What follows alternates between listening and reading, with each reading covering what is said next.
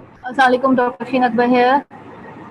अच्छा जी, आप लोगों से एक सवाल मैंने पूछा था कि यूनिवर्सल डोनर और यूनिवर्सल रेसिपिएंट, उनमें क्यों डिफरेंस है, क्या है ये? Why this is a universal donor is O negative, why AB positive is universal recipient? Universal donor का मतलब है वो हर किसी को ब्लड दे सकता है, यूनिवर्सल रेसिपिएंट का मतलब है वो हर किसी से ब्लड ले सकता है। तो आप लोग जो हैं वो अपने आंसर्स इसमें मेंशन कर दीजिएगा at the end of the lecture. अब हम स्टार्ट करने लगे हैं हीमोस्टेसिस। ठीक है, अपना एक नया टॉपिक है। अच्छा, हीमोस्टेसिस का बेसिकली मतलब है प्रिवेंशन ऑफ ब्लड लॉस, खून ज़ाया ना हो या खून ज़ाया होने से बचाया जाए, उसे कहते हैं हीमोस्टेसिस। हीमो मीन्स ब्लड और स्टेसिस मीन्स उसकी जो मेंटेनेंस है। कभी भी कहीं पे अगर कोई वेसल जो है वो रप्चर होती है, ठीक है, तो हीमोस्टेसिस अचीव होती है, मतलब ब्लड लॉस की जो प्रिवेंशन है। अच्छा जी, पीपल विथ टाइप, किसी बच्ची ने, हमदा नदीम ने एक आंसर लिखा, people with O negative blood called universal donors because their donated RBCs have no A B and R antigen and can therefore be safely given to people of any blood group. Yes, this is very good, Humda. Great answer. तो हम haemostasis की तरफ चलते हैं, back to our topic. जहाँ भी कहीं पे कोई ब्लड वेसल जो वो रप्चर होती है ना, तो वहाँ पर फौरी तौर पे हीमोस्टेसिस का मैकेनिज्म जो है ना वो डेवलप होना शुरू हो जाता है। उससे सबसे इम्पॉर्टेंट जो हीमोस्टेसिस का पहला पॉइंट है, जो सबसे पहला काम होता है, वो वेस्कुलर कंस्ट्रक्शन है। दूसरे नंबर पे प्लेटलेट प्लग की फॉर्मेशन होती है। तीसरे नंबर पे formation of a blood clot होती है, ठीक है, as a result of blood coagulation. चौथे नंबर पे उसमें जो काम होता है या चौथा मैकेनिज्म जो होता है ना उसका, वो होता है growth of fibrous tissue into an blood clot to close the hole in an vessel permeability. कहीं भी इंजरी हुई है, कहीं पे कोई ब्लड वेसल रप्चर हुई है, तो उसकी वजह से जो है ये चार काम होंगे, लेकिन ये तरतीब से होते हैं। पहले vascular construction, number 2 is formation of platelet plug, number 3 is formation of blood clot as a result of blood coagulation, and number 4 is growth factor tissue into the blood clot. Vascular construction जो पहला mechanism है, उसमें क्या हो रहा होता है, अगर कहीं भी ट्रॉमा हो रहा है, trauma to the vessel wall, उसकी वजह से क्या हो रहा है, उस वेसल वॉल की जो स्मूथ मसल जो है ना उस वेसल्स के, वो कॉन्ट्रैक्ट होना शुरू हो जाते हैं। That instantaneously reduces the flow of blood from the ruptured vessel. जारी बात है, कहीं पे अगर वेसल पाइप खुला हुआ है, पाइप को अगर आप सपोर्ट देंगे तो क्या होगा, उसमें से फ्लो कम हो जाएगा ना। सिमिलरली जिस भी वेसल्स का ट्रॉमा हो रहा है, उसकी जो स्मूथ मसल्स हैं वो फौरन उस वॉल के कॉन्ट्रैक्ट करते हैं और ब्लड फ्लो को जो है वो रिड्यूस कर देते हैं। Contraction result from local myogenic spasm भी है और कुछ ऑटोक्वाइट फैक्टर्स हैं जो कि ट्रॉमेटाइज टिश्यू और जो है वहाँ से और ब्लड प्लेटलेट्स में से रिड्यूस हो रहे हैं, और कुछ नर्वस रिफ्लेक्सेस भी हैं। ये जो वेस्कुलर कंस्ट्रक्शन हुई है ना, उसमें क्या हो रहा है, स्मूथ मसल वॉल जो कॉन्ट्रैक्ट कर रही है, ठीक है, जिसकी वजह से ब्लड फ्लो भी कम हो रहा है, और फिर जो कॉन्ट्रैक्शन है वो मायोजेनिक स्पैज्म हो सकता है, कुछ लोकल ऑटोक्वाइट फैक्टर्स की वजह से हो सकता है, जो फैक्टर्स जो रिलीज हो रहे हैं फ्रॉम द ब्लड प्लेटलेट्स, और कुछ नर्वस रिफ्लेक्सेस हो सकते हैं। नर्वस रिफ्लेक्सेस इस तरह से हो सकते हैं कि इनिशिएट करते हैं pain nerve impulses and other sensory impulses that originate from the traumatized vessels, ठीक है।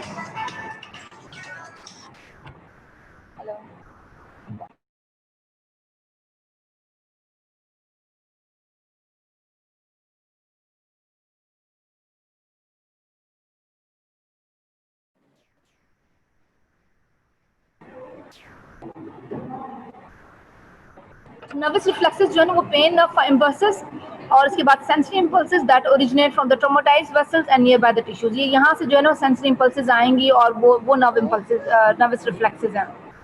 For the small vessels, smaller जो vessels हैं, platelets responsible हैं for much of the vasoconstriction by releasing a vasoconstrictor substance thromboxane A2। अब ये जो बड़ी बड़ी वेसल्स में उसके लिए तो ठीक है, नर्वस रिफ्लेक्सेस आना शुरू हो जाएंगे। जो स्मॉल वेसल्स है ना उसमें ज्यादातर जो प्लेटलेट्स का काम होता है वो वेसो कंस्ट्रक्शन करवा रही है। कैसे कराती हैं कि प्लेटलेट्स जो थ्रोम्बोक्सिन A2 जो है वो रिलीज करता है, ठीक है। अब नंबर 2, प्लेटलेट प्लग कैसे बनता है। कोई भी ब्लड वेसल कट हो जाती है ना, is a very small, indeed many very small vascular holes do develop throughout the body each day. The cut is often sealed by a platelet plug. rather than a blood clot. अगर कहीं भी सारी जिस्म में, क्योंकि वो जो wear and tear वाला एक सिस्टम होता है, तो जो ब्लड वेसल्स है उसमें अगर छोटे छोटे से स्मॉल होल्स भी हो जाते हैं, उनका एक काम है, ये एक स्टैंडर्ड प्रोसीजर है बॉडी के अंदर, एक नॉर्मल फंक्शन है ये, कि चाहे छोटे छोटे भी होल्स हो जाए तो उसको सबसे पहले जो है ना वो प्लेटिलेट प्लग आके ना उसको उन होल्स को क्लोज करता है।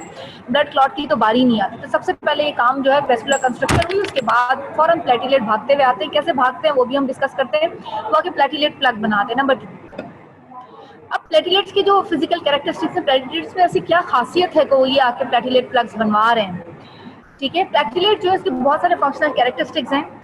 ठीक है, even they do not have a nuclear and can not reproduce, कोई न्यूक्लियर नहीं है, कोई रिप्रोड्यूस नहीं हो रहे। इनका जो साइटोप्लाज्म है उसके अंदर कुछ एक्टिव फैक्टर्स होते हैं। प्लेटिलेट्स के साइटोप्लाज्म में एक्टिन एंड मायोसिन मॉलिक्यूल्स होते हैं। ठीक है, अच्छा, ये कॉन्ट्रैक्टाइल प्रोटीन्स हैं, जिस तरह से मसल के अंदर हमें नजर आती हैं, सिमिलर उसी तरह से। इसके अलावा एक और एक थ्रोम्बोस्थेनिन के नाम से कॉन्ट्रैक्टाइल प्रोटीन होती है जो बेसिकली प्लेटिलेट्स को कॉन्ट्रैक्ट करवा रही है। ठीक है, उसके अलावा इसका जो residuals of both the endoplasmic reticulum and Golgi protease, these synthesize various enzymes, especially a large quantities of calcium ions.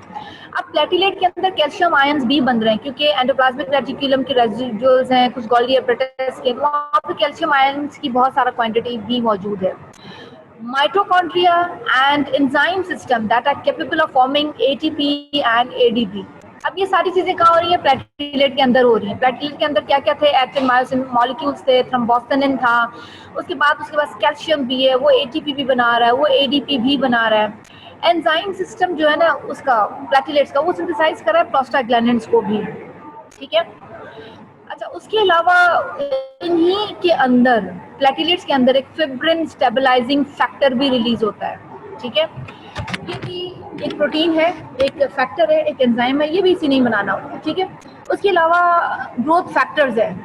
ठीक है, वैस्कुलर एंडोथेलियल सेल्स के अंदर और वेस्कुलर स्मूथ मसल सेल्स हैं, fibroblast to multiply and grow, ये बहुत सारी चीज़ें, ये सारी की सारी, एक्टिन मायोसिन की बात की हमने, थ्रोम्बोस्थेनिन की बात की, कैल्शियम की, एटीपी एंड एडीपी, ये प्रोस्टाग्लैंडिन्स हो गए, फिब्रिन स्टेबलाइजिंग फैक्टर्स हो गए, ग्रोथ फैक्टर्स, ये सारी चीज़ें प्लेटिलेट के अंदर ऑलरेडी मौजूद हैं। ये क्या कराती हैं? इसको जो है वो मल्टीप्लाई भी करवा रही हैं, इसको ग्रो भी करवा रही हैं। और the surface of platelet is a coat of glycoproteins, उनके बाहर एक ग्लाइकोप्रोटीन का कोट होता है। ये रिपल्स करता है इस ग्लाइकोप्रोटीन कोट्स, वो जो कोट है उसका, उसकी क्वालिटी है कि ये जो नॉर्मल एंडोथेलियम है ना, जब ये प्लेटिलेट ब्लड वेसल के अंदर भाग रहा होता है तो वो उससे वो रिपल्स करता है, वो उसके साथ चपकता नहीं है जाके। लेकिन once the normal endothelium is get adherence to an injured areas of the blood vessels, अब जब ब्लड वेसल इंजर हो गई, अंदर एंडोथेलियम जो है उसका नॉर्मल नहीं रहा, इंजर्ड एपिथेलियम जो है, एंडोथेलियल सेल्स जो इसके, वो ज्यादा एक्सपोज होते हैं कोलेजन को and deep with in the blood vessel, बहुत सारी चीजें उसकी एक्सपोज हो जाती हैं। अब क्या होगा, ये जो प्लेटिलेट है ना, अब वो उसकी तरफ अट्रैक्ट होना शुरू हो जाएगा। पहले क्या था कि नॉर्मल एंडोथेलियम था, वो उसको रिपल्स करता था। ठीक है, और अब जो है वो क्या करता है, वो कोलेजन भी एक्सपोज हो गया, एंडोथेलियल सेल भी इंजरी हो गई। ठीक है, इस तरह से उसको एक्सपोज करता है, उसकी तरफ अट्रैक्ट करना शुरू करता था, इंजर्ड एरिया की तरफ वो भागता है। हाफ लाइफ किसी इसकी 8 से 12 डेज तक है। Eliminated from the circulation mainly by the tissue macrophage system, जब उसका टाइम खत्म हो जाता है, इसके 12 दिन पूरे हो जाते हैं, टिश्यू माइक्रोफेज सिस्टम जो इसके टूटे फूटे उठा लेगा, इसके खुली और उसको खत्म कर देगा। More than 1/2 of the platelets are removed by the macrophage in the spleen, बहुत ज्यादा क्वांटिटी में ये स्प्लीन में भी जाके माइक्रोफेज को खत्म कर देते हैं। मैकेनिज्म क्या है प्लेटिलेट प्लग का? प्लेटिलेट रिपेयर जो है ना of vascular opening is based on several important functions of the platelets, बहुत सारे फंक्शंस हैं। सबसे पहले तो प्लेटिलेट जो है ना वो कांटेक्ट में आता है डैमेज वेस्कुलर सरफेस के ऊपर। क्यों? क्योंकि अब वो कोलेजन फाइबर एक्सपोज हो गए। पहले क्या था, उसकी जो ग्लाइकोप्रोटीन कोड था वो नॉर्मल एंडोथेलियम से रिपल्स करती है, उससे अलग रहती है। लेकिन जब वो इंजर्ड हो जाती है वेसल्स, कोलेजन फाइबर्स को उसके एक्सपोज होना शुरू हो जाते हैं। प्लेटिलेट के अंदर इमीडिएटली चेंज आता है, उसकी अपनी क्वालिटीज़ के अंदर, उसकी जो स्ट्रक्चर बना उसमें चेंज आता है। प्लेटिलेट जब देखते हैं ना कि कहीं पे वेसल इंजर्ड हो गई है तो वो फौरन स्वेल होना शुरू हो जाता है, और उसकी जो है वो सूडोपोड्स टाइप के उसके जो प्रोट्यूट करते हैं, उसकी स्किन, उसकी जो सरफेस है वो इरेगुलर से फॉर्म्स, द न्यूमरस इरिटेटिंग उसके प्रोट्यूट करते हैं उसकी सरफेस में से। उसकी जो कॉन्ट्रैक्टाइल प्रोटीन है उसको कॉन्ट्रैक्ट करती है फोर्सफुली और उसमें से बहुत सारे ग्रैन्यूल्स रिलीज करती हैं। ये प्लेटिलेट्स के अंदर चेंजेस आ रही हैं जब भी कोई वेसल इंजर्ड हो जाती है। अब उसके जो ग्रेन्यूल रिलीज भी हो रहे हैं, they become sticky and adhere to the collagen in the tissues and to a protein called von Willebrand factor that leaks into the traumatized tissues from the plasma. अब जहाँ पे ट्रॉमा हुआ tissue von वेलब्रेंड factor है, ये factor भी वहाँ पे आके जो वो जमाना शुरू होगा. बेसिकली मैंने करना क्या है कि उस ट्रॉमाटाइज्ड जो वेसल है उसको बंद करना है. उसके लिए बहुत सारे काम हुए. हमने क्या देखा कि प्लेटलेट्स के जो कैरेक्टरिस्टिक्स थे वो फौरन वो स्वेल किया, उसके हाथ पैर निकला, उसने चलना शुरू किया, उसने ग्रैन्यूल्स बनाए, वो स्टिकी हो गया, वो कोलेजन के साथ एक ढेर हो गया. कुछ और प्रोटीन्स भी वहाँ पे मौजूद थी, फैक्टर मौजूद था वॉन वेलब्रेंड फैक्टर. ये भी ट्रॉमाटाइज टिश्यू में से लीक हुआ, प्लाज्मा में से उधर पहुंचा. They secrete large quantity of ADP and an enzyme that forms thromboxane A2. ये सारे कहाँ से निकल रहे हैं, कहाँ से सीक्रेट हो रहे हैं? प्लेटलेट ये सीक्रेट कर रहा है. प्लेटलेट ये सारी चीजें हैं. ये ATP and thromboxane A2 in turn act. अब ये एक प्लेटलेट दोनों तो रिलीज कर दिए, वो क्या करते हैं जब ये थ्रोम्बोक्सिन और A2 ADP दोनों फिर मिलके दोनों खुद क्या काम करते हैं, ये मजीद और प्लेटलेट्स को एक्टिवेट करते हैं कि जनाब यहाँ पे स्टिकीनेस है, एडिशनल प्लेटलेट्स वहाँ पे आए, वहाँ पे एडहेयर हों और प्लेटलेट्स फॉरन जो है ना ओरिजिनल वो एक्टिवेट होना शुरू हो जाते हैं. ठीक है. और उस साइट पे जो ओपनिंग है जहाँ पे ब्लड वेसल की इंजरी है, डैमेज वेस्कुलर जो वेसल वॉल थी, वेस्कुलर वॉल थी, it activate successively increasing number of platelets. किसने उनको एक्टिवेट किया था ज़्यादा? मजीद शुरू में प्लेटलेट ने एडीपी और थ्रोम्बोक्सिन A2 रिलीज किया, उन दोनों ने मिलके और लोग प्लेटलेट्स को बुला लिया और फाइनली एडिशनल प्लेटलेट्स वहाँ पे जमा हुए और वहाँ पे प्लेटलेट प्लग बना. This is a first and loose plug that is usually successful in blocking the blood loss. ठीक है, इस बहुत लूज सा प्लग बनता है और ये पहले जाके ब्लड लॉस को जो है वो ब्लॉक करता है. ठीक है. And during the subsequent process of blood coagulation फिर वहाँ पे फिब्रिन थ्रेड्स बनना शुरू हो जाती हैं. ठीक है. And they attach tightly to the platelets that's constructing an unyielding plaque. उसके बाद उसको और मजबूत ये सीमेंट लगा देती हैं उसको फिब्रिन थ्रेड्स आके. थर्ड जो मैकेनिज्म इसका है ब्लड कोगुलेशन. ठीक है. नंबर 1 क्या था? वेस्कुलर कंस्ट्रक्शन थी. नंबर 2 प्लेटलेट प्लग बना. फिर तीसरा जो है वो ब्लड कोगुलेट करता है in the ruptured vessel. Third mechanism है इसका. Third mechanism haemostasis is formation of blood clot. अब ब्लड क्लॉट जो है वो डेवलप होता है 15 से 20 सेकंड में if the trauma vascular wall is have been severe. ठीक है. And in 1 to 2 minute if the trauma has been minor है तो वो आराम से काम करेगा. ज़रा वो बहुत माइनर सी इंजरी थी, बहुत ज़्यादा चीज़ें एक्टिवेट नहीं होगी, लेकिन सिवियर है तो ये फौरी तौर पे ये एक्टिवेट हो जाएगा. एक्टिवेटेड सब्सटेंसेस जो है ट्रॉमाटाइज्ड वेस्कुलर वॉल से from the platelets and from the blood proteins, ये ट्रॉमाटाइज्ड वेस्कुलर वॉल में जाके अटैच हो जाएंगी एंड इनिशिएट कर देंगी एक क्लॉटिंग प्रोसेस. नंबर 1 पे हम देख रहे हैं एक ब्लड वेसल सीवियर है, इंजर्ड हो चुकी है. ठीक है. यहाँ पे हमने देखा नंबर 2 पे प्लेटलेट एग्लूटिनेट कर रहे हैं, जमा हो रहे हैं आके. ठीक है. नंबर 3 पे देखा कि फिब्रिन थ्रेड्स भी आ गई हैं. फिर नंबर 4 पे हम देखेंगे फिब्रिन क्लॉट, इसको थोड़ा सा और मजबूत कर दिया गया है. ठीक है. और फिर हमने देखा यहाँ पे ब्लड जो है वो रुक गया है, ब्लड लॉस रुक चुका है. और उसके बाद हमने देखा नंबर 5 क्लॉट रिट्रैक्शन भी कोई चीज़ है कि क्लॉट बन गया है, अब ये रिट्रैक्ट करेगा, अपनी जगह से हट जाएगा ये. ठीक है. क्योंकि वेसल बन चुकी होगी और वो रिपेयर हो चुकी होगी. Between 3 to 6 minutes after rupture of a vessel, if the vessel opening is not too large, the entire opening of broken end of the vessel is filled with the clot. ठीक है. और 20 minute के बाद an hour clot retract करता है, close हो जाती है वेसल जो टूट का शिकार होती है और इस तरह से जो है ये जो क्लॉट है वो फॉर्म हो जाता है. और यहाँ पे जो क्लॉट रिट्रैक्शन है अगेन यहाँ पर भी प्लेटलेट का ही रोल आ जाता है. प्लेटलेट का इसके अंदर रोल ये है कि फिब्रिन स्टेबलाइजिंग फैक्टर होता है उसका, वो भी बाद में जो है वो क्लॉट को जो है प्लेटलेट्स जो है उसको वहाँ से जो उनका क्लॉट बन चुका होता है उसको रिट्रैक्ट करवाता है, उसको वहाँ से हटा देता है और फिर इसको डिसॉल्व करवा देता है.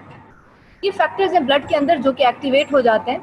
फिब्रिनोजन है, आप इसको देखिएगा सामने इनके नाम भी लिखे हुए हैं. फिर प्रोथ्रोम्बिन है, टिश्यू फैक्टर है, कैल्शियम भी है.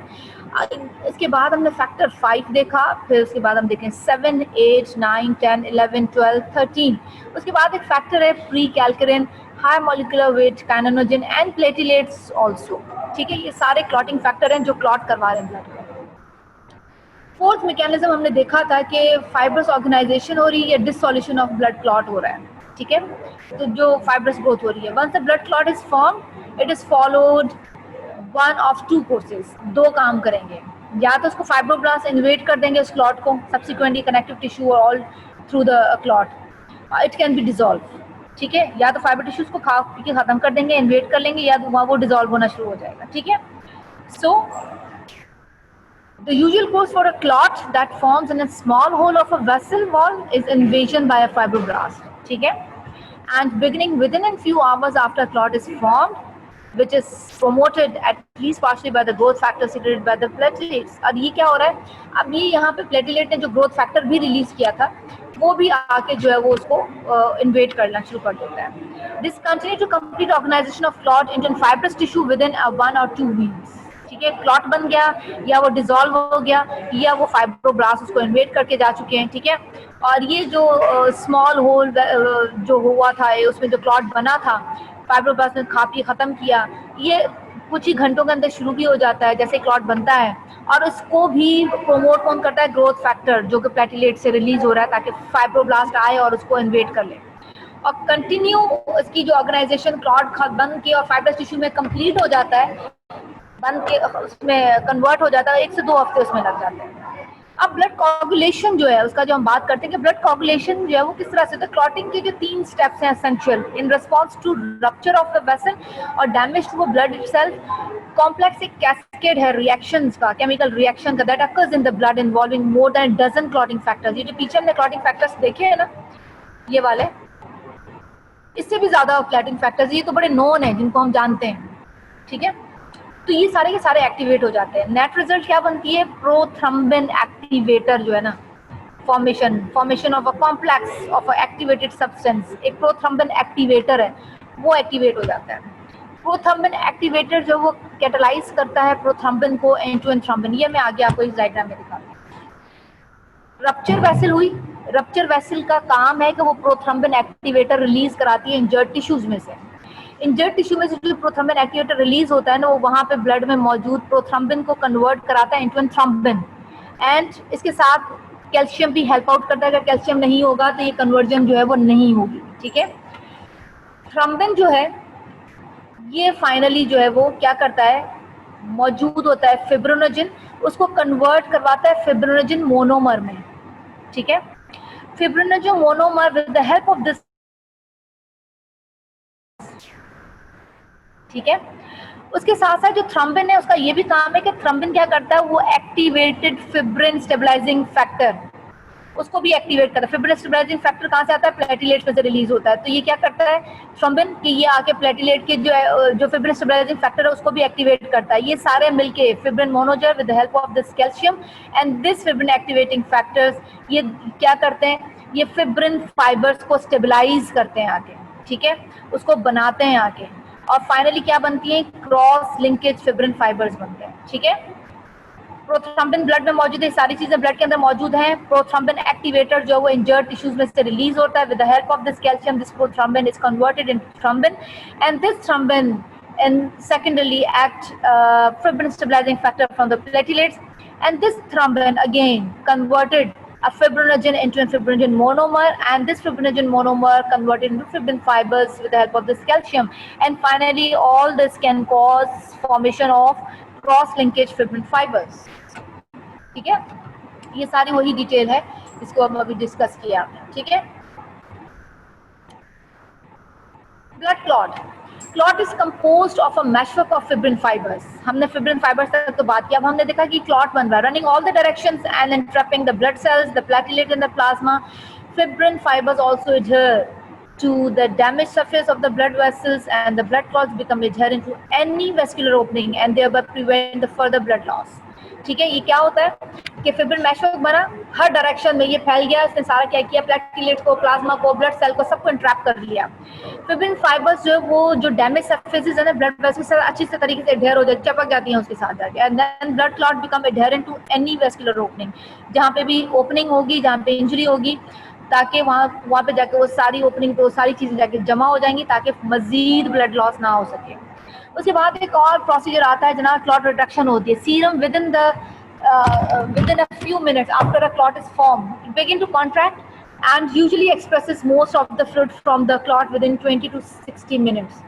ठीक है, अब क्लॉट रिट्रैक्शन में क्या हो रहा है कि क्लॉट रिट्रैक्ट किस तरह से हो रहा है कि कुछ ही मिनटों के अंदर जो क्लॉट बना था ना उसमें से सीरम निकलना शुरू हो जाएगा।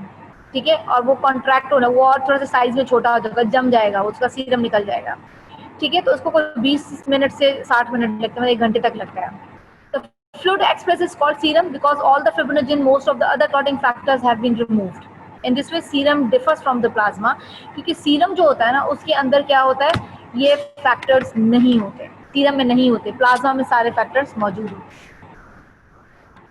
ये दो किस्म के पाथवेज हैं हमारे पास, इंट्रिंसिक एंड एक्सट्रिंसिक पाथवे। हम उसको देखेंगे कि इंट्रिंसिक पाथवे कौन से क्लॉटिंग फैक्टर्स को जो है वो एक्टिवेट करता है, और फाइनली हम उसको देखेंगे। ये कॉमन पाथवे है एक, ठीक है, कॉमन पाथवे जो मैंने आपको पीछे भी बताया था कि prothrombin is converted into thrombin and then fibrinogen into fibrin and then it stabilize the factor. ये कॉमन पाथवे जो इंट्रिंसिक में भी इन्वॉल्व होगा, जो एक्सटेंसिव में भी इन्वॉल्व होगा, ठीक है।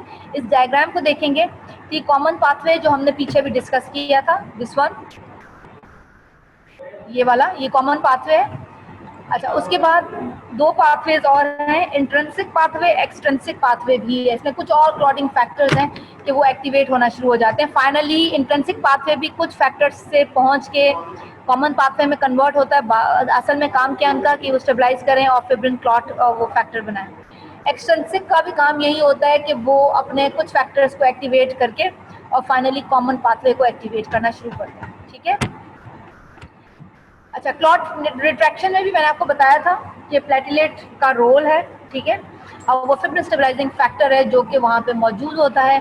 अब प्रोकोगुलेंट सब्सटेंस ये रिलीज हो रहा है इसमें से, इंट्रैप्ट प्लेटलेट्स में से, और बेसिकली ये उनको एडजेसेंट जो फिब्रिन जो क्रॉस लिंकेज बनी हुई है उनको जो और एडहेर करता है। Positive feedback of clot retraction formation, ये आपको मैंने उस दिन भी बताया था कि जो पॉजिटिव फीडबैक सिस्टम होता है ना, वो क्लॉट रिट्रैक्शन में आपको बताया था, नेगेटिव फीडबैक होती है, पॉजिटिव फीडबैक होती है। तो पॉजिटिव फीडबैक जो है ना वो हेल्प आउट करती है इन ब्लड लॉस में, अगर 1 लीटर वाला है, लेकिन अगर 2 लीटर से ऊपर हो जाती है तो फिर क्या हो जाएगा, वो पॉजिटिव फीडबैक जो है वो सिग्निफिकेंट नहीं हो, उसकी सिग्निफिकेंस ये हो जाती है फिर कि वो जो है वो सब्जेक्ट को विशियस सर्किल की तरफ ले जाता है, एक्सपायरी की तरफ जाता है। लेकिन if it is in 1 litre तक ब्लड लॉस है तो पॉजिटिव फीडबैक जो है वो क्या करती है, वो हेल्पिंग होती है। Once a blood loss has started to develop, it normally extends within a minute into surrounding blood, ठीक है। अगर ब्लड क्लॉट बन गया है तो ये क्या करता है, ये एक्सटेंड करता जाता है विद इन अ मिनट, वो सराउंडिंग ब्लड में ये ब्लड क्लॉट होना शुरू हो जाता है जहाँ पे वो इंजरी होती है। The clot itself initiate a positive feedback to promote more clotting. एक फैक्टर जो है वो क्लॉट हुआ, उसने काम शुरू किया, तो ये क्या करती है, पॉजिटिव फीडबैक है, ये दूसरी फैक्टर्स को एक्टिवेट करेगी और मजीद क्लॉटिंग होना शुरू हो जाएगी। One of the most important cause of this is the fact that proteolytic action of thrombin, it allow it to act on many other blood clotting factors in addition to the fibrinogen. अब इसमें जो हमने देखा था कि जो thrombin था उसका एक प्रोटियोलाइटिक एक्शन है, ठीक है। ये क्या काम करता है कि ये एक दो क्लॉटिंग फैक्टर के साथ एडिशनल और फिब्रिनोजन के भी ऊपर भी एक्ट करता है, जैसे मैंने आपको बताया था उन फैक्टर्स के अंदर कि इंट्रिंसिक पाथवे भी, एक्सट्रिंसिक पाथवे में भी, कि वो कुछ फैक्टर्स जो हैं वो एक्टिवेट होने के बाद फाइनली जो है वो कॉमन पाथवे की तरफ जो है वो मूव करते हैं, जिसमें थ्रोम्बिन जो प्रोथ्रोम्बिन जो है वो थ्रोम्बिन फिब्रिनोजन को एक्टिवेट कर रहा है, ठीक है। फॉर्मेशन ऑफ प्रोथ्रोम्बिन एक्टिवेटर, कैसे prothrombin activator, trauma to vascular wall adjacent tissue, trauma to the blood और contract the blood and damage endothelial cells and collagen in each systems this will lead to a formation of prothrombin activator। ये मैंने आपको बताया था कि prothrombin activator जो है वो traumatized vessels और traumatized tissues में से रिलीज होता है। ये कंसिडर्ड होता है formed in 2 ways, ठीक है। It really have 2 ways interact constantly with each other by the extrinsic pathway that begin with trauma to the vascular wall and surrounding tissue, and by the intrinsic pathway that begin in the blood itself। अब extrinsic pathway का मतलब ये हुआ कि trauma हो गया, ठीक है, वेसल वॉल को और सराउंडिंग टिश्यू को, तो एक्सट्रिंसिक पाथवे स्टार्ट हो जाएगा। Intrinsic pathway with in the blood itself, blood के अंदर ही अगर कहीं पर जो है वो इसकी जरूरत होगी क्लॉटिंग की, तो ये इंट्रिंसिक पाथवे जो ब्लड के अंदर ही स्टार्ट हो जाएगा।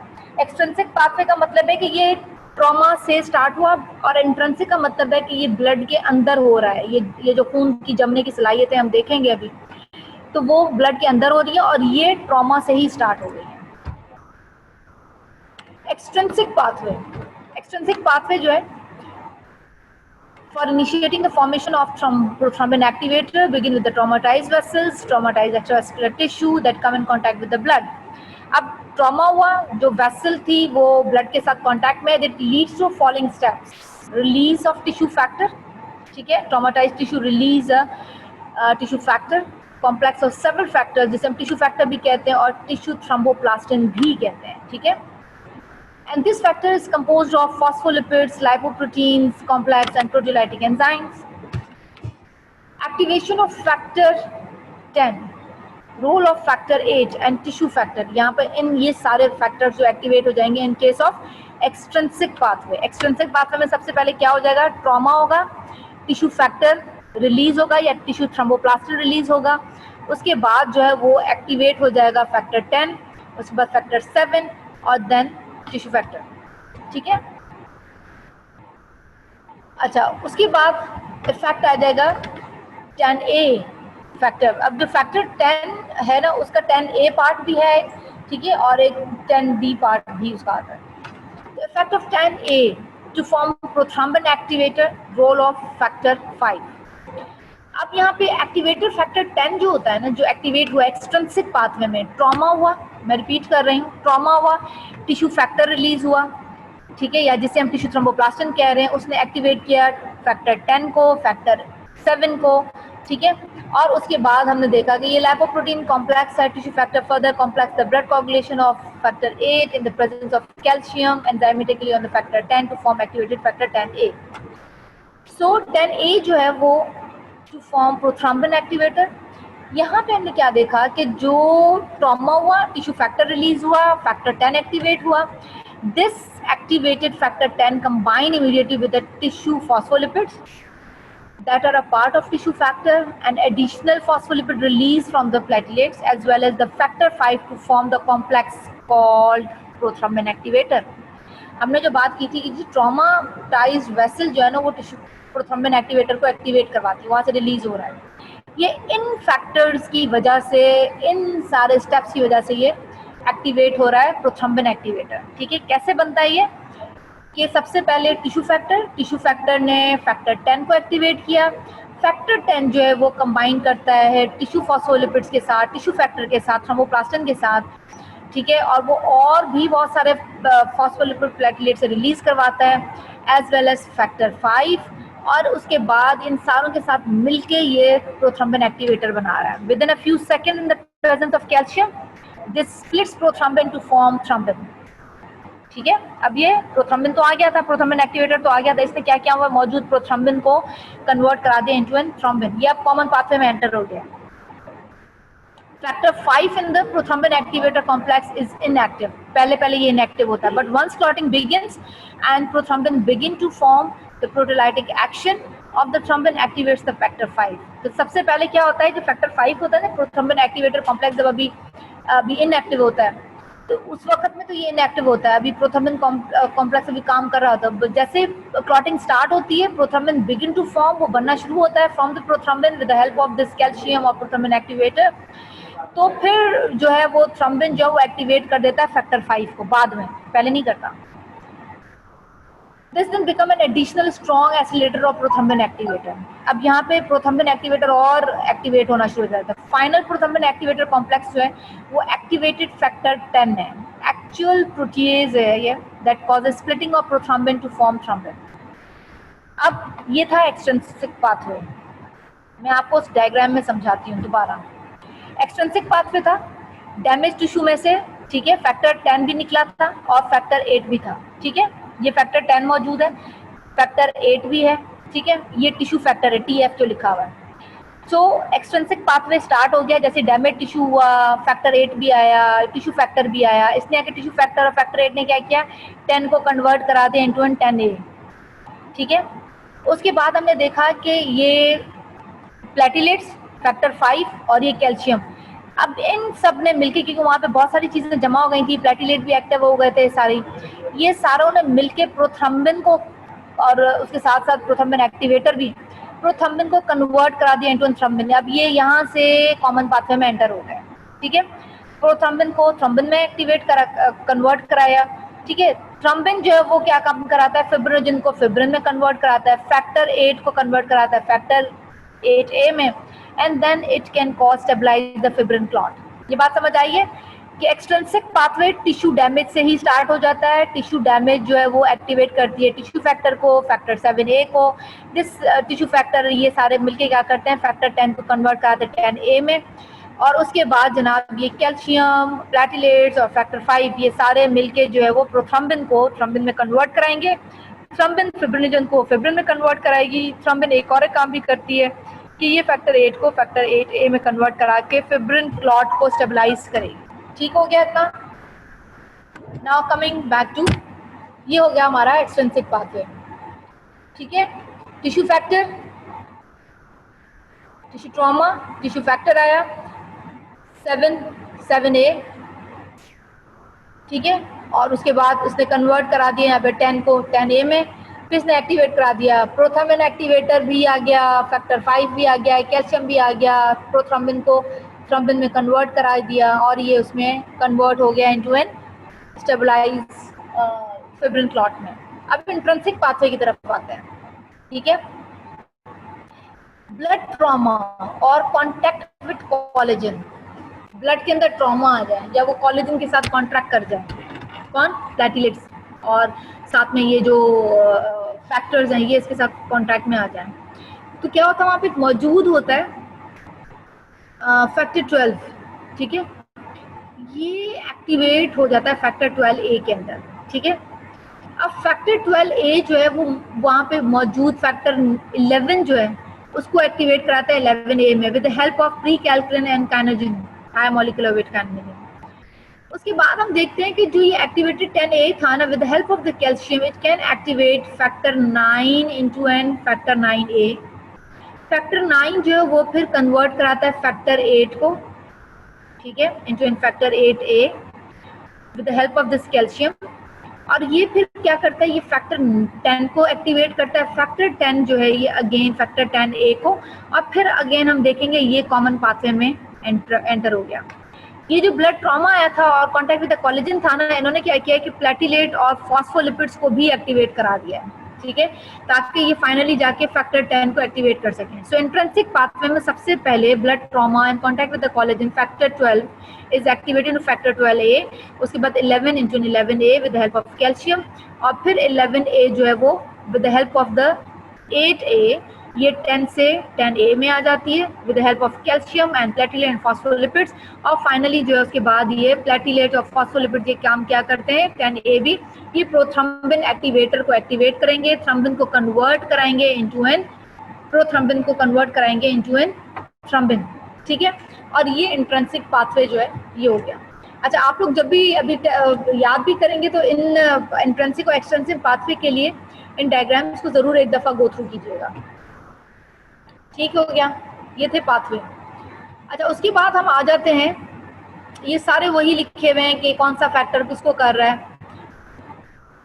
ये सारा अगेन प्रोथ्रम्बिन, प्रोथ्रम्बिन एक्टिवेटर, थ्रम्बिन, ये कॉमन पाथवे जिसकी मैंने पहले भी बात की। ठीक है, कैल्शियम के बगैर एक्सट्रिंसिक पाथवे का काम नहीं होता। ठीक है,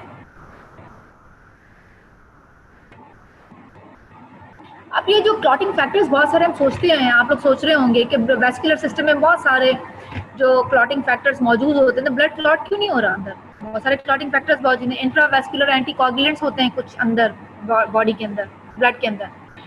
एंडोथेलियल सरफेस के फैक्टर्स भी होते हैं। जो एंडोथेलियल सरफेस होती है ना, वो इतनी स्मूथ होती है, ये जो इंट्रिंसिक क्लॉटिंग सिस्टम है ना उसके साथ कॉन्टैक्ट में नहीं आती, वो प्रिवेंट करती है उसकी स्मूथनेस। दूसरा ग्लाइकोकैलिक्स की हमने बात की थी।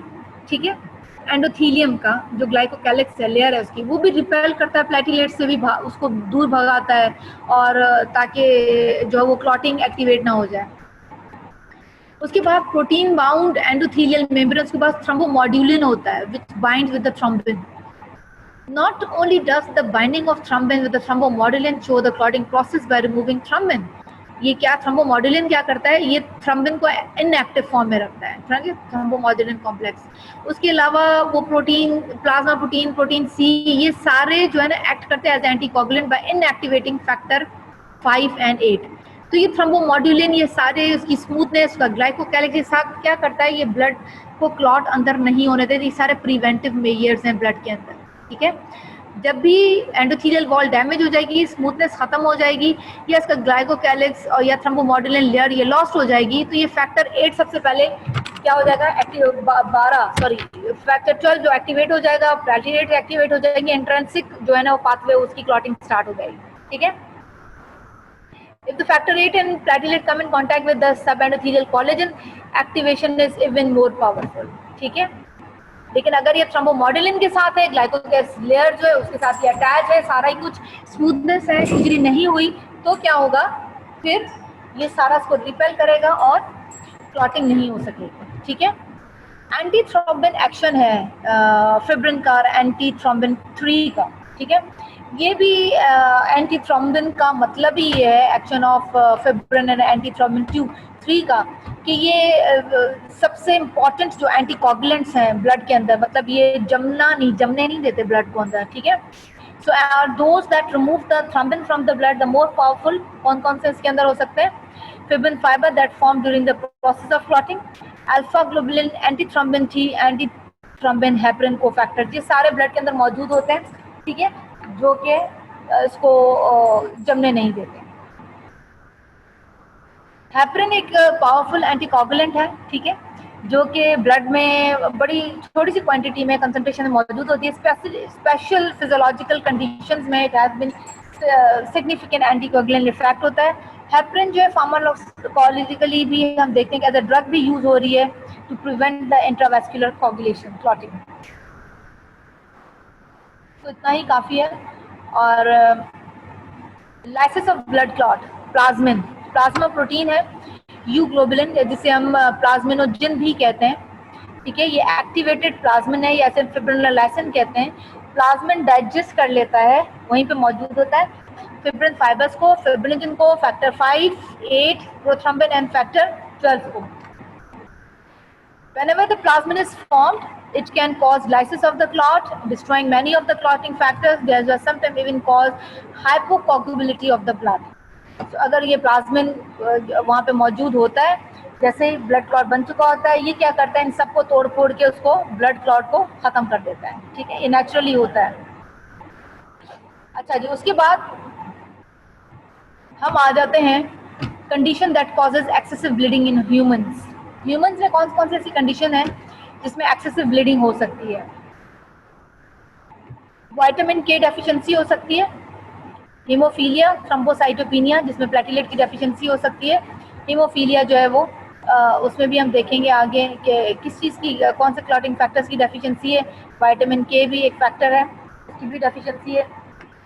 तो इनमें से कोई भी क्लॉटिंग फैक्टर जो है उनमें डेफिशिएंसी आ जाएगी, एक्सेसिव ब्लीडिंग कॉज होगी, ठीक है। Decreased prothrombin factor 7, 9, 10 that caused by a vitamin K deficiency. अब vitamin K जो है clotting factor cause the depressed formation or decreased formation of clotting factor by the liver is vitamin K deficiency. Vitamin K अगर body में नहीं होगा, उसकी deficiency होगी, तो लिवर ने क्लॉटिंग फैक्टर्स नहीं बनाए, ठीक है। सो विटामिन के कंटिन्यूअली सिंथेसाइज होता है कहाँ पे, इंटेस्टिनल ट्रैक्ट में बाय द बैक्टीरियाज। कहाँ बनता है जनाब, ये इंटेस्टाइन के अंदर बनता है। कुछ बैक्टीरियाज हैं जो कि विटामिन के को बनाते हैं। Vitamin K deficiency seldom occur a normal person as a result of vitamin K absence from the diet. जो बच्चे पैदा होते हैं ना छोटे, तो उनके अंदर जो है ना ये इंटेस्टिनियल बैक्टीरिया फ्लोरा अभी स्टैब्लिश नहीं हुआ इतना अच्छा होता, तो उनके अंदर विटामिन की डेफिशिएंसी हो सकती है। ये कुछ जीआईटी की डिजीजेज हो सकती है जिसमें पुअर एब्जॉर्प्शन होती है फैट्स की, वहाँ पे विटामिन के की डेफिशिएंसी हो सकती है। The reason is that the vitamin K is a fat soluble, ठीक है, विटामिन ए। तो अगर किसी के अंदर हम देखेंगे फैट की एब्जॉर्प्शन ही बहुत पुअर है, तो उसके अंदर विटामिन के की डेफिशिएंसी हो सकती है। या causes of vitamin K deficiency is failure of the liver to secrete bile into the GIT, as either as a result of obstruction of the bile or as a result of liver disease. So अगर liver हम देखेंगे कि bile का lake है, fat absorption नहीं होगी, तो फिर विटामिन के की एब्जॉर्प्शन भी नहीं हो सकती। तो उसके लिए बाइल बहुत ज़रूरी है कि जो है वो गॉल ब्लैडर बाइल रिलीज करे, लिवर से आएगा। लिवर डिजीज़ में हम देखते हैं कि बड़ी कम प्रोडक्शन हो रही होती है प्रोथ्रोम्बिन की भी, क्लॉटिंग फैक्टर्स की भी, poor vitamin K absorption because of disease liver cell. Vitamin की एब्जॉर्प्शन पुअर क्यों, क्योंकि बाइल जो लिवर का काम है, बाइल बना के गॉल ब्लैडर में भेजना, गॉल ब्लैडर उसको बाइल को रिलीज करता है इनटू इंटेस्टाइन, और वहां से वो रिलीज होकर इंटेस्टाइन में फैट को एब्जॉर्ब कराती है, and this vitamin K is fat soluble. तो अगर लिवर में प्रॉब्लम होगी या इंटेस्टाइनल कोई प्रॉब्लम होगी एब्जॉर्प्शन का, तो ये विटामिन के की डेफिशिएंसी कॉज होगी। ठीक है। हीमोफीलिया जनाब, डेफिशिएंसी है फैक्टर 8 की। ठीक है। सो ब्लीडिंग डिजीज है exclusively in males. 85% cases caused by an abnormality or deficiency of factor 8, and this type of hemophilia is called hemophilia A or classic hemophilia. ठीक है। अच्छा, 15% हीमोफीलिया जो पेशेंट होते हैं ना, वो bleeding tendencies cause with the deficiency of factor 9। अब कुछ 15% हीमोफीलिया के लोग ऐसे भी होते हैं जिनके अंदर डेफिशिएंसी होती है हीमोफीलिया, लेकिन फैक्टर 9 की डेफिशिएंसी है। कुछ ज़्यादा की जो है 85% जो होती है वो किसकी होती है, फैक्टर 8 की। Both of these factors are transmitted genetically by the way of female chromosome. ठीक है, फीमेल क्रोमोसोम से आ रहा है। So almost never will be a woman have an hemophilia because at least one of her 2 X chromosomes will have the appropriate genes. ठीक है। So क्योंकि females में नहीं होती, क्योंकि कैरियर हो जाती है, तो मर्दों के पास क्योंकि एक ही X होता है तो वो उनके अंदर डोमिनेट हो जाती है, और ये जेनेटिकली जो है वो फीमेल क्रोमोसोम में, X क्रोमोसोम में ही होती है। If one of her X chromosome is deficient, she will be a hemophilic carrier। ठीक है। लेकिन इसमें हम देखेंगे transmitting the disease to half of her male offsprings and transmitting the carrier state of female offsprings. ठीक है। उनको female में अगर ये ट्रांसमिट करेगी उनको कैरियर, कि मेल में हो जाएगी तो वो dominant. Bleeding fat in the haemophilia can also have an various degree of severity. Haemophilia में जो तो डिपेंड करता है, to depend upon the character of the genetic deficiency. Bleeding does not occur except after trauma. अब haemophilia में वैसी bleeding नहीं होगी जब तक कि मरीज को चोट नहीं लगेगी। ठीक है। और उसके बाद इवन इस हद तक कि बहुत छोटी सी भी जो बड़ी हार्डली नोटिसेबल जो ट्रॉमा है उसमें भी इनको प्रोलॉन्ग ब्लीडिंग हो सकती है, और वो काफ़ी दिनों तक भी चल सकती है। इवन अगर किसी सब्जेक्ट ने दांत भी निकलवाया है तो बड़ी दिनों तक उसको जो है वो ब्लीडिंग हो सकती है। फैक्टर 8 के जो है वो 2 एक्टिव कंपोनेंट होते हैं, लार्ज कंपोनेंट होता है इसका और एक स्मॉलर कंपोनेंट होता है। ठीक है। अच्छा जी, इसका जो स्मॉलर कंपोनेंट है is most important intrinsic pathway for clotting, and deficiency of this part of factor 8 causes classic haemophilia. अगर इसकी स्मॉलर कंपोनेंट की अगर डेफिशिएंसी हो जाती है तो ये क्या काम करता है, deficiency of this part of factor, smaller component of factor 8, तो ये इंट्रिंसिक पाथवे में जो है वो प्रॉब्लम क्रिएट करता है। Another bleeding disease which somewhat different characteristic von Willebrand disease result from the loss of the large component. तो अगर इसी तरह फैक्टर 8 का लार्ज कंपोनेंट में कोई जो है वो प्रॉब्लम होएगी तो which is von Willebrand disease की वजह से। हीमोफीलिया के जो सब्जेक्ट्स हैं बड़ी प्रोलॉन्ग और सिवियर प्रोलॉन्ग ब्लीडिंग जो है वो एक्सपीरियंस कर रहे होते हैं। इनकी थेरेपी क्या होती है, इनको इंजेक्टेबल प्योरीफाइड फैक्टर 8 दिया जाता है, बड़ी हाई कॉस्ट होती है उसकी। ठीक है। और ये ह्यूमन ब्लड से भी एक्सट्रैक्ट होता है स्मॉल क्वांटिटीज के अंदर, इसीलिए उनको कोशिश ये होती है कि उनको इंजेक्टेबल फॉर्म में बनाया गया और उनको दिया जाए। ठीक है।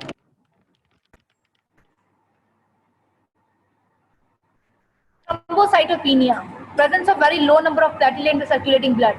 हीमोफीलिया में क्या था, फैक्टर डेफिशिएंसी। थ्रोम्बोसाइटोपेनिया का मतलब है कि जो प्लेटलेट्स हैं उनकी कंसंट्रेशन, उनका जो क्वांटिटी है वो कम हो जाए। ठीक है। तो उसे क्या कहते हैं, थ्रोम्बोसाइटोपेनिया। पीनिया वर्ड हमेशा डिक्रीज को और लो नंबर्स को शो करता है। ठीक है। थ्रोम्बोसाइटोपेनिया के लोगों की जो टेंडेंसी टू ब्लीडिंग की एज डू एज हीमोफिलिक्स। ठीक है। Except that the bleeding is usually from many small venules or capillaries rather than from a large vessels as in hemophilia। इसमें छोटी सी अगर इंजरी भी, छोटी सी भी अगर अपने इसकी प्लेटलेट्स की डेफिशिएंसी है तो छोटी सी स्मॉल सी वेन्स और कैपिलरीज में से भी जो है वो ब्लीडिंग हो सकती है। हीमोफीलिया के लिए तो भाई चोट लगना जरूरी है, लार्जर वेसल्स जो होती है ना वो ब्लीड करती हैं, लेकिन थ्रोम्बोसाइटोपेनिया में वेन्स और कैपिलरीज से भी ब्लीडिंग होती है। और फिर हमने देखा होगा जैसे नहीं वो उसके निशान पर नील पड़ जाते हैं जो छोटे छोटे, उससे हम पिटीक्स बोलते हैं। ठीक है। As a result of the small punctate hemorrhages occur throughout all the body tissues। और स्किन पे जो स्मॉल पर्पलिश ब्लॉचेस जिसे हम कहते हैं वो नील पड़ जाते हैं, द बॉडी नेम थ्रोम्बोसाइटोपेनिक पर्प्यूरा। ठीक है। उस तरह की बिल्कुल एक पिक्चर आना शुरू हो जाती है इसकी। प्लेटलेट की जो नॉर्मल कंसंट्रेशन है अगर ये बिलो 50,000 आते हैं तो ये जो है कॉज करते हैं प्रॉब्लम ऑफ ब्लीडिंग, इससे भी नीचे आए तो कॉज नहीं है, otherwise bleeding does not cause. तो नॉर्मल इसकी जो कंसंट्रेशन है वो 1.5 लाख से 3 लाख तक इसकी नॉर्मल है। अगर ये 10,000 तक आ जाते हैं तो फिर ये लीथल हो जाता है, काफ़ी ज़्यादा डेंजरस जोन में आ जाता है। अच्छा जी, उसके बाद थ्रोम्बोएम्बोलिक कंडीशंस ह्यूमन बींग्स में अगर हम देखें, थ्रोम्बॉय और एम्बोला, थ्रोम्बॉय का मतलब है कि जी एब्नॉर्मल क्लॉट है, ठीक है, उसे हम कहते हैं ये थ्रोम्बस है। यही क्लॉट अगर डेवलप होने के बाद वहाँ से डिटैच हो और फ्लो करे उसे हम कहते हैं ये एम्बोला है, ठीक है, ये डिफरेंस है।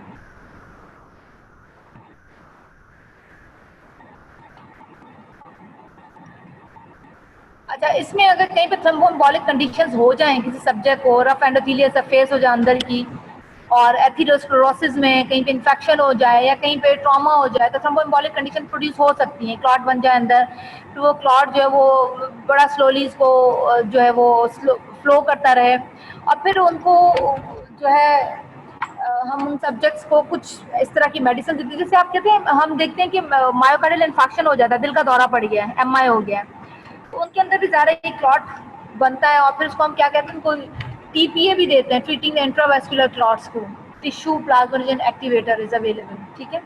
तो थ्रोम्बोस्ड एरिया को भी दिया जाता है, और एक कैथेटर के जरिए अगर हार्ट में दिया जाए या कहीं भी किसी भी कॉर्नरी वेसल्स की जिससे हम बात कर रहे हैं, ताकि कोई सीरियस डैमेज ना हो हार्ट का।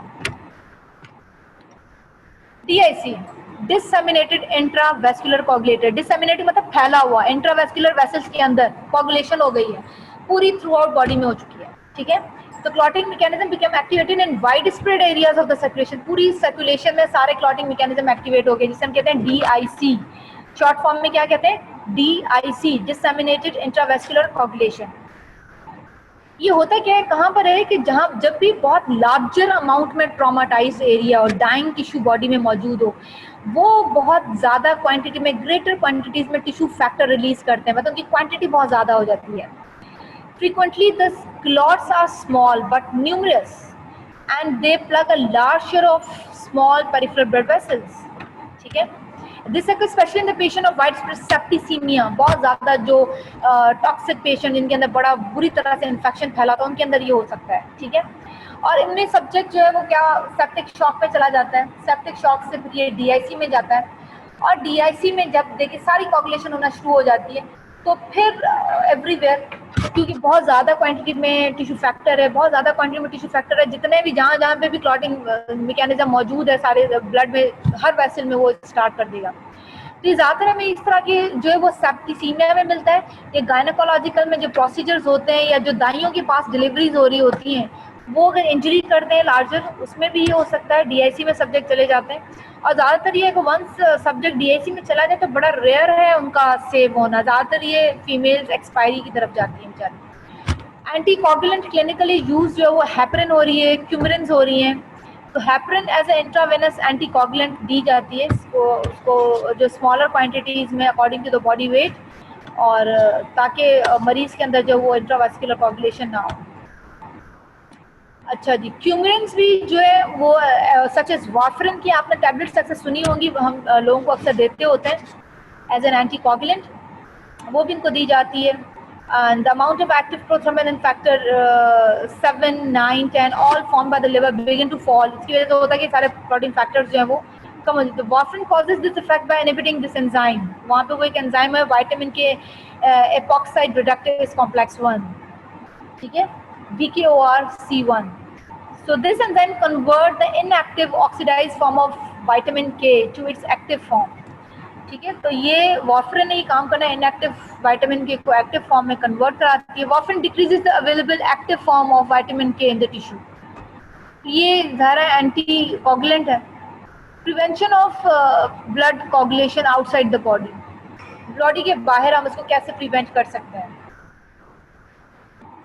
Although the blood removed from the body and held in a glass tube, test tube normally clots in about 6 minutes, ठीक है। लेकिन अगर ब्लड को आप क्लॉट करेंगे ना, कलेक्ट करेंगे सिलिकॉनाइज्ड कंटेनर के अंदर, often does not clot for 1 hour और मोर। रीजन डिले क्यों है इसके अंदर, इसकी सरफेस कंटेनर की सिलिकॉन जो है वो प्रिवेंट करता है contact activation of platelets and factor 12, the two principal factors that initiate the intrinsic clotting factor mechanism. ठीक है, क्यों इंट्रेंसिक स्टार्ट कौन कर रहा है? प्लेटलेट्स ऑफ फैक्टर 12 कर रहे हैं।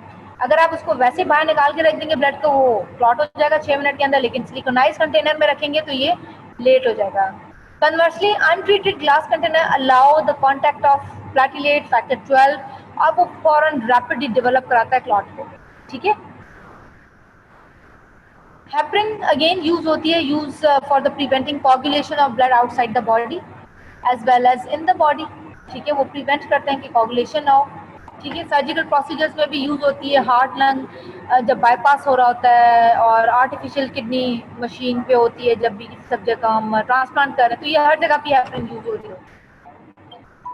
ठीक है, ब्लड कोगुलेशन के टेस्ट कौन से हैं? हम ब्लीडिंग टाइम पेशेंट के करते हैं, क्लॉटिंग टाइम कर रहे हैं, उसके अलावा हम प्रोथ्रोम्बिन टाइम और इंटरनेशनलाइज रेशो देखते हैं, इंटरनेशनल नॉर्मलाइज रेशो, जिसे INR भी कहा जाता है। ठीक है, ये इनके बस नाम ही काफ़ी है आप लोगों के लिए, बहुत लंबी चौड़ी इसकी डिस्कशन नहीं होनी चाहिए, यहाँ तक कि किसी को बच्चे को कोई बात ना समझ आई हो।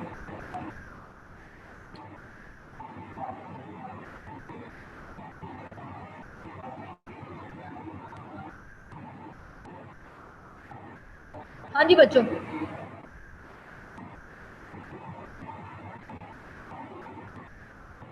कोई बात ना समझ आई हो?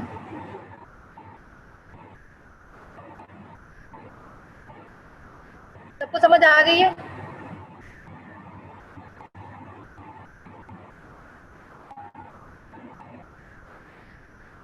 जी जनाब, एक सवाल आया है, 2 सवाल आए हैं जनाब, देख लेते हैं। यस मैम, समझ आ गई है, very good, I am more than happy that all you can understand. Isha, Mariam, Naval and Naila, Abdul Waheed, good, आप सबको समझ आ गई है, राइट? तो इसमें जो बहुत इंपॉर्टेंट 3 मेन चीज़ें हैं, इंट्रिंसिक एक्सट्रिंसिक पाथवे को देखना है आपने। और सबसे पहला जो हमने नंबर 1 देखा था कि हीमोस्टेसिस इम्पॉर्टेंट है। सबसे पहले वैस्कुलर कंस्ट्रक्शन, फिर प्लेटलेट प्लग और ये सारे जो मैकेनिज्म्स थे वो इम्पॉर्टेंट है।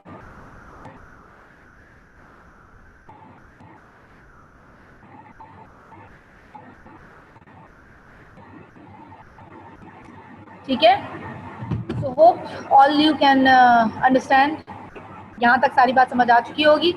आप लोगों का जो टेस्ट है सेल और ब्लड फिजियोलॉजी, उसको बहुत अच्छे तरीके से पढ़िएगा। सैटरडे को आप लोगों का टेस्ट है, I hope you will all done well इंशाल्लाह। ठीक है, अच्छा जी, एक और एक सवाल आया है, मरियम खान भी, उनको भी समझ आ गई है, गुड मरियम। अभी भी किसी बच्चे को ना समझ आया हो? ईशा जी इंशाल्लाह, बिल्कुल, होपफुली सबका अच्छा टेस्ट हो जाएगा इंशाल्लाह। सेल के भी ऑर्गेनेलिज जो हैं, कैंसर का कोई रोल है टिश्यू क्लॉटिंग फैक्टर रिलीज करवाने में? Cancer is something different Noman.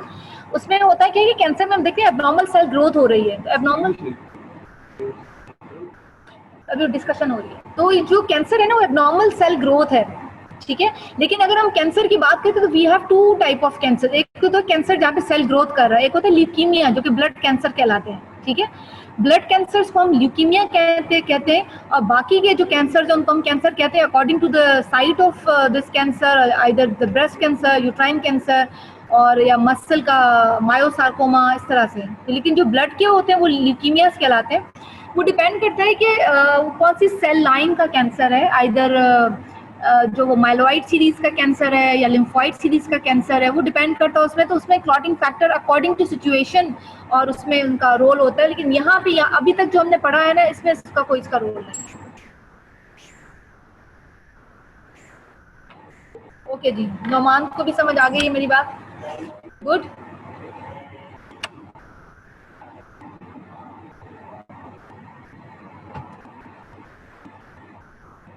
ठीक है जी, अल्लाह हाफिज।